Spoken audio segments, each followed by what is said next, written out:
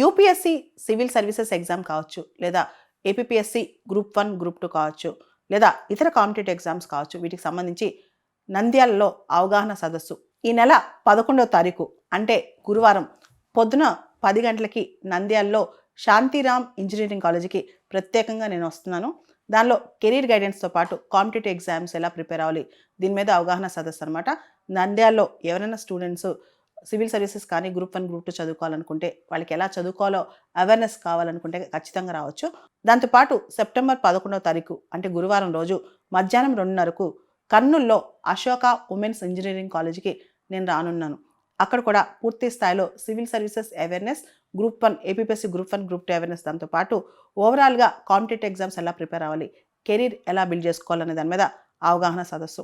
So ఈ నెల September 11వ తారీఖున పొద్దున 10:30కు నంద్యాల శాంతిరామ్ ఇంజనీరింగ్ కాలేజ్, మధ్యాహ్నం 2:30కు కర్నూలులో అశోక ఉమెన్స్ ఇంజనీరింగ్ కాలేజ్.